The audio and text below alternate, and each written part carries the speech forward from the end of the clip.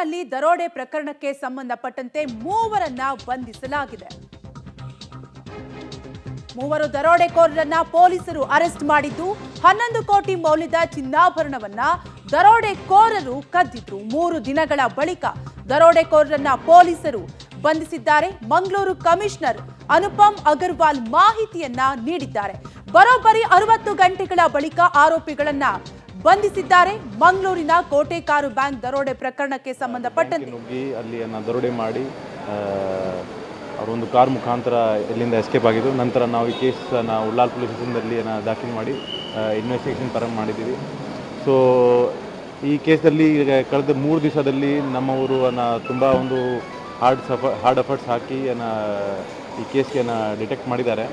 So ಪ್ರಮುಖವಾಗಿ ಇದು case ಪೂರ್ತಿ ಬ್ಲೈಂಡ್ ಕೇಸ್ ಇತ್ತು. ಯಾಕೆಂದರೆ ಇದು ಬ್ಯಾಂಕ್ ಬ್ರಾಂಚ್ಗೆ ಎಂಟರ್ ಆಗುವಾಗ ಅಲ್ಲಿ ಯಾವುದು CCTV ಕ್ಯಾಮ್ರಾ ಇರಲಿಲ್ಲ ಮತ್ತು ಯಾವುದು ಎವಿಡೆನ್ಸ್ ಇರಲಿಲ್ಲ.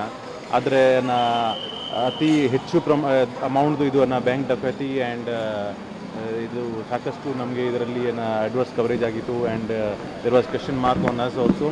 ಸೊ ಆದರೆ we accepted this challenge and ನಮ್ಮೆಲ್ಲ ಅಧಿಕಾರಿ ಮತ್ತು ಸಿಬ್ಬಂದಿಗಳು ಹಗಲು ರಾತ್ರಿ ಶ್ರಮಪಟ್ಟು ಈ ಕೇಸ್ಗೆ ಪತ್ತೆ ಮಾಡಿದ್ದಾರೆ. ಸೊ ಈ ಕೇಸಲ್ಲಿ ಮುಖ್ಯವಾಗಿ ಒಂದು ಬಾಂಬೆ ಬೇಸ್ಡ್ ಗ್ಯಾಂಗ್, ಅದರಲ್ಲಿ ಅವರು ಕೆಲವು 3 ಜನ ತಮಿಲಿಯನ್ಸ್ ಇಲ್ಲಿ ಬಂದು ಕೆಲವು ತಮ್ಮ ಸಹಯೋಗಿಯೊಂದಿಗೆ ಇಲ್ಲಿ ಬಂದು ಈ ದರೋಡೆ ಮಾಡಿ ಆ ದಿವಸ ವಾಯಾ ಕೇರಳ ತಮಿಳುನಾಡಿಗೆ ಎಸ್ಕೇಪ್ ಆಗಿದ್ದರು.